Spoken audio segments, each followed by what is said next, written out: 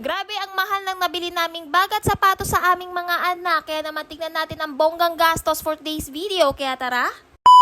Dito nga pala kami sa may Trinoma Landmark. Mamimili nga ng gamit nitong dalawa. And yes, mga mare, opo, alam ko po nakatatapos nga lang ng school year. Pero mga mare, grabe, ayoko makipagsiksikan kapag kapapalapit na nga ang pasukan. Dahil alam naman natin na napaka-apocalypse. Marami nang namimili. Apocalypse? Ano yun? Zombie? Huy!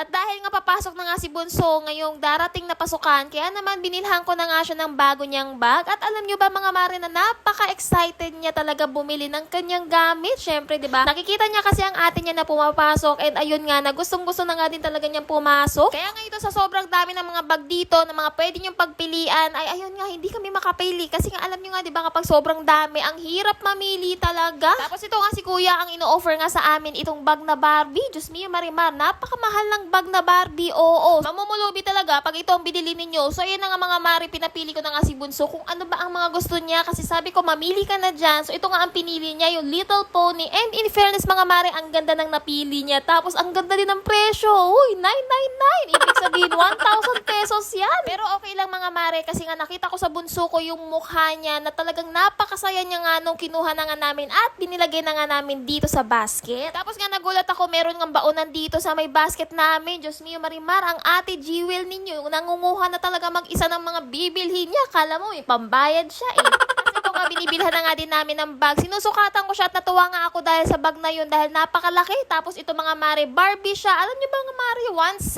1,700 itong bag na ito. Pero Diyos mio, Marimar, pikit mata na lang talaga ang mare nyo. Yan. Nagawa pa nga sumayaw dahil alam nyo, hindi kasi ako magbabayad niyan. Ang asawa ko. Huy! At dahil nga first time na papasok ni Bunso, ito nga hinahanapan ko na nga ng magandang sapatos itong si Bunso. So ayan na nga mga mare, tinitingnan namin and grabe talaga nalulula ako sa presyo kasi nga libo-libo at hindi bumababa sa libo ang presyo. Pero alam niyo ba mga mare na Barbie talaga ang gusto kong brand kasi nga bukod sa mahal, huy, talaga naman, eh napakatibay din kasi ng kanilang mga product at isa pa nga yun nga, unique and very stylish ng kanilang mga design. Kaya nga kapag alam namin na medyo nakaka-LL kami, eh talaga naman binibilhan namin gaano pa nga kamahal yan. So syempre, 'di ba, gusto kong iparana sa kanila yung mga hindi ko naranasan noon na which is yun nga nakakabili ng napakamahal na mga gamit. Yung tipong libo-libo, ganun. Kasi 'di ba alam niyo mga mare, ako noon, Diyos ko, ayan, Divisoria yan, masaya na talaga ako. At ito na nga, nakapili na nga si Bunso ng kanyang sapatos. Syempre, yung nanay talaga namili niyan, hindi yung anak ko. Ito na nga mga mare, worth 1,700. Diyos mio, Marimar, grabeng kalula ang presyo. So ayan na nga, nag-decide na nga kami, pumunta na nga sa cashier at sabi ko nga ay next time na nga ang mga notebook at yung mga pencil. Madali na nga lang bumili noon at alam niya naman na mura nga lang din yun. Compare nga dito sa mga nabili namin. So ito na nga yung bag na ito, tinanggal ko na nga, eh baka nga masama pa sa bilihin, worth 10,000, chares.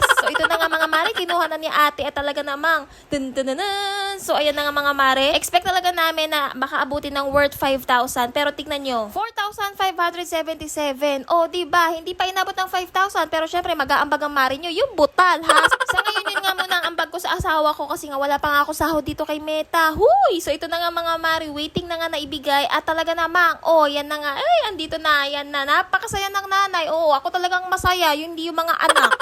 At ayan nga lang for today's gastos, kaya naman, bye!